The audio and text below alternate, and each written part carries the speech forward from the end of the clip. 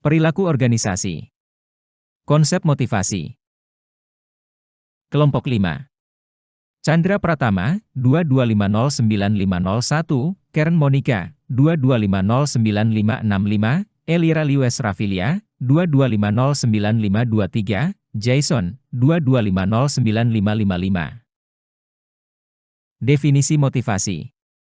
Kita mendefinisikan motivasi sebagai proses yang menjelaskan mengenai kekuatan, arah, dan ketekunan seseorang dalam upaya untuk mencapai tujuan. Oleh karena itu motivasi secara umum adalah berkaitan dengan upaya menuju setiap tujuan. 4 teori motivasi pekerjaan, teori hierarki kebutuhan, teori X dan teori Y, teori 2 faktor, teori kebutuhan S1MCH Pronunciation Cleland. Teori hierarki kebutuhan, teori motivasi terbaik yang diketahui adalah teori hierarki kebutuhan dari Abraham Maslow. Maslow membuat hipotesis bahwa di dalam setiap manusia terdapat hierarki 5 kebutuhan. 5 kebutuhan, fisiologi. Meliputi kelaparan, kehausan, tempat perlindungan, seks, dan kebutuhan fisik lainnya, rasa aman. Keamanan dan perlindungan dari bahaya fisik dan emosional, sosial. Kasih sayang, rasa memiliki, penerimaan, dan persahabatan. Penghargaan. Faktor internal misalnya rasa harga diri, kemandirian, dan pencapaian serta faktor-faktor eksternal misalnya status, pengakuan, dan perhatian, aktualisasi diri. Dorongan yang mampu membentuk seseorang untuk menjadi apa, meliputi pertumbuhan, mencapai potensi kita, dan pemenuhan diri. Teori X dan teori Y, Douglas McGregor mengusulkan dua sudut pandang berbeda mengenai manusia, satu sisi secara mendasar negatif, diberi label teori X, dan yang satunya lagi secara mendasar positif, diberi label teori Y, di bawah teori X. Para manajer yakin bahwa para pekerja pada dasarnya tidak menyukai bekerja sehingga harus diarahkan atau bahkan dipaksa untuk melakukan pekerjaannya. Sebaliknya teori Y, para manajer beranggapan bahwa para pekerja memandang pekerjaannya sebagai suatu hal yang alamiah seperti beristirahat, atau bermain, dan maka dari itu rata-rata orang bata belajar untuk menerima, dan bahkan mencari tanggung jawab. Teori 2 faktor, bagi Herzberg, data menunjukkan bahwa lawan dari kepuasan bukan ketidakpuasan, sebagaimana yang diyakini sejak dulu. Menghapuskan karakteristik ketidakpuasan dari pekerjaan tidak lantas membuat pekerjaan menjadi memuaskan. Menurut Herzberg, faktor-faktor yang mengarahkan pada kepuasan pekerjaan adalah terpisah dan berbeda dari faktor yang mengarahkan pada ketidakpuasan pekerjaan. Oleh karena itu, para manajer yang berupaya menghilangkan faktor yang dapat menciptakan ketidakpuasan pekerjaan akan membawa kedamaian, tetapi belum tentu motivasi. Herzberg menyarankan penekanan ada faktor yang berhubungan dengan pekerjaan itu sendiri atau dengan hasil yang secara langsung dapat diperoleh dari pekerjaannya langsung. Kritik teori 2 faktor, metodologi Herzberg terbatas karena bergantung pada laporan pribadi. Ketika berjalan dengan baik orang akan menyampaikan pujian. Keandalan metodologi Herzberg dipertanyakan.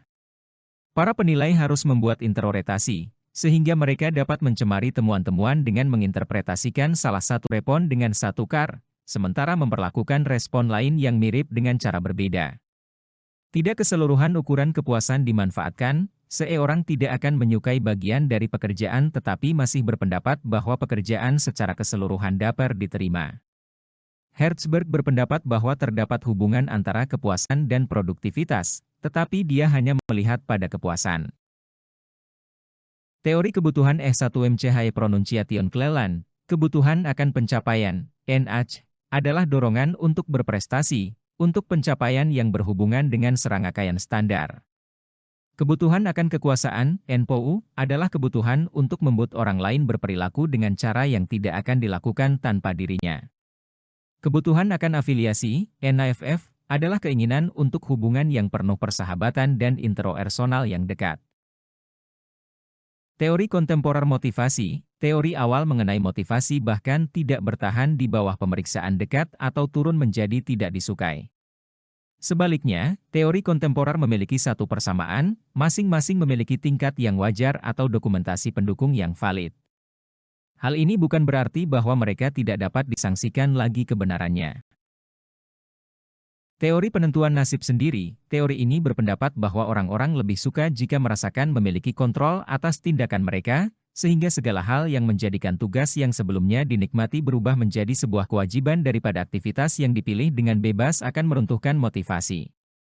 Perkembangan terbaru tentang teori ini adalah seberapa kuatnya alasan dari orang dalam mengejar tujuan mereka konsisten dengan minat mereka dan nilai inti.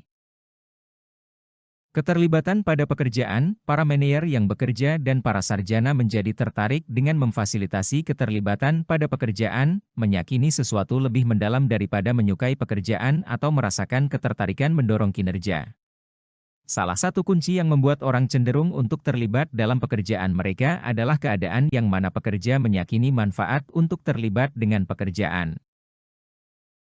Teori penetapan tujuan, mengimplementasikan penetapan tujuan bagaimana para manajer mengoperasikan teori penetapan tujuan. Hal ini seringkali diserahkan kepada individu masing-masing. Suatu cara yang lebih sistematis untuk memanfaatkan penetapan tujuan adalah dengan manajemen berdasarkan tujuan, MBO, yang mana menekankan penetapan tujuan secara partisipatif yang berwujud, dapat diverifikasi, dan dapat diukur. Namun, karena para manajer unit yang lebih rendah bersama-sama berpartisipasi dalam penetapan tujuan mereka sendiri, MBO dapat bekerja dari bawah ke atas begitupun sebaliknya. Hasilnya adalah suatu hierarki yang menghubungkan tujuan pada satu level ke lainnya pada berikutnya. Untuk pekerja individu, MBO memberikan tujuan kinerja pribadi secara spesifik. Teori efikasi diri, teori ini mengacu pada keyakinan individu bahwa dia mampu untuk melaksanakan tugas. Semakin tinggi efikasi diri, semakin Anda percaya diri pada kemampuan untuk berhasil. Dengan demikian, dalam situasi yang sulit, orang dengan efikasi diri rendah cenderung untuk mengurangi upaya mereka atau menyerah sekaligus, sementara itu orang dengan efikasi diri yang tinggi akan berusaha dengan lebih kara untuk menguasai tantangan.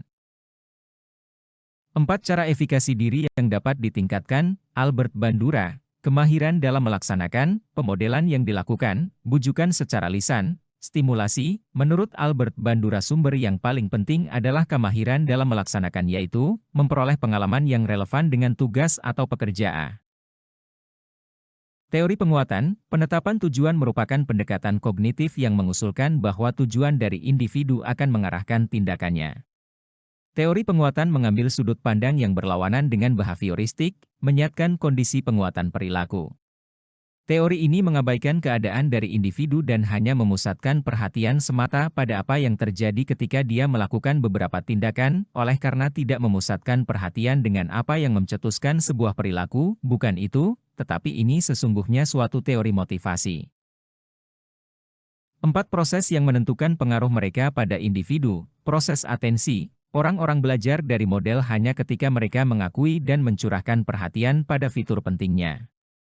Kita cenderung sangat dipengaruhi OLH model yang menarik, tersedia berulang kali, penting bagi kita, proses retensi, pengaruh dari model bergantung pada seberapa baiknya individu mengat tindakan model setelah model tidak lagi siap tersedia, proses reproduksi penggerak, setelah seseorang melihat suatu perilaku baru dengan mengobservasi model, mengamati kemudian dikonversi menjadi melakukan proses penguat, para individu termotivasi untuk memperlihatkan perilaku yang dicontohkan jika insentif yang positif atau imbalan yang diberikan.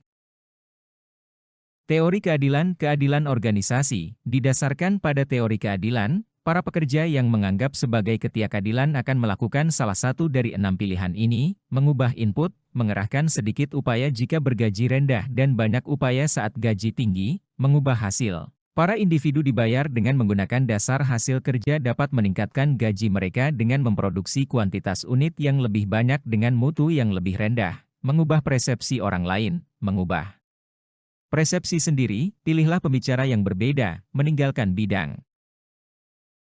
Meskipun proposisi teori keadilan tidak seluruhnya dipertahankan, hipotesis berperan sebagai pelopor penting pada studi keadilan organisasi, organizational justice, atau lebih sederhana lagi keadilan di tempat kerja.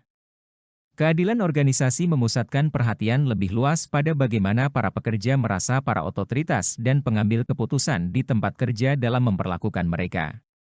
Keadilan distributif memusatkan perhatian pada kewajaran hasil, misalnya gaji dan pengakuan, yang diterima oleh para pekerja. Meskipun para pekerja sangat memperhatikan mengenai apa hasil yang didistribusikan, keadilan distributif, mereka juga memperhatikan pula mengenai bagaimana hasil akan didistribusikan. Sementara keadilan distributif melihat pada apa hasil yang dialokasikan, keadilan prosedural, procedural justice, meneliti bagaimana hasil akan dialokasikan. Di atas hasil dan prosedur, riset telah menunjukkan bahwa para pekerja memperhatikan mengenai dua tipe keadilan yang harus dilakukan dengan cara mereka diperlakukan selama berinteraksi dengan yang lainnya.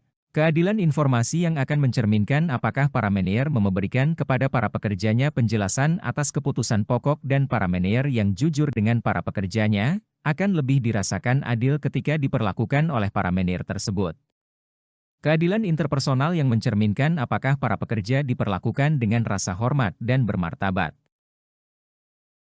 Teori keadilan, equity theory, suatu teori yang menyatakan bahwa perbandingan individu mengenai input dan hasil pekerjaan mereka dan berespons untuk menghilangkan ketidakadilan. Keadilan organisasi, organizational justice, persepsi keseluruhan mengenai APITU keadilan di tempat kerja, terdiri atas keadilan distributif, prosedural, informasional, dan interpersonal. Keadilan distributif, distributive justice, memusatkan perhatian pada kewajaran hasil, misalnya gaji dan pengakuan, yang diterima oleh para pekerja. Hasil dapat dialokasikan dalam beberapa cara. Misalnya, kita dapat mendistribusikan kenaikan yang sama di antara para pekerja, atau kita dapat menetapkan dasar pada mereka yang mana pekerja yang sangat memerlukan uang. Keadilan prosedural, procedural justice, keadilan yang dirasakan pada proses yang digunakan untuk menentukan distribusi penghargaan. Keadilan informasi, informational justice, keadaan di mana pekerja diberikan penjelasan yang jujur dari setiap keputusan. Keadilan interpersonal, interpersonal justice, keadaan di mana pekerja diperlakukan dengan rasa hormat dan bermartabat. Perlindungan bagi karyawan picu motivasi kerja majukan perusahaan, karyawan merupakan aset penting perusahaan kesejahteraan dan perlindungan untuk mereka perlu diupayakan dengan maksimal. Sebab, ketika karyawan sejahtera dan terlindungi, mereka dapat lebih fokus dalam bekerja hingga membantu memajukan perusahaan. Terkait dengan upaya perlindungan karyawan dari berbagai risiko, program asuransi bisa menjadi pilihan. Terlebih, dewasa ini berbagai perusahaan asuransi giat mengembangkan program-program perlindungan karyawan sehingga memberi alternatif pilihan yang beragam, bisa disesuaikan dengan kebutuhan. PT Afrist Assurance misalnya, mengembangkan Employee Benefits Division, EBD. Karyawan adalah bagian penting dari perusahaan yang harus diberi perlindungan, salah satunya dengan program EBD Afrist Assurance. Program tersebut dapat disesuaikan dengan kebutuhan setiap perusahaan dalam memberikan perlindungan bagi karyawannya. Ujar Head of Employee Benefit Division PT Afrist Assurance, J. Alvin Panjaitan, melalui siaran pers, Alvin mengatakan, kebutuhan proteksi karyawan perusahaan di kota besar tentunya berbeda dengan di daerah pertambangan. Oleh sebab itu, besaran dari premi dan uang pertanggungan dari tiap perusahaan dapat disesuaikan.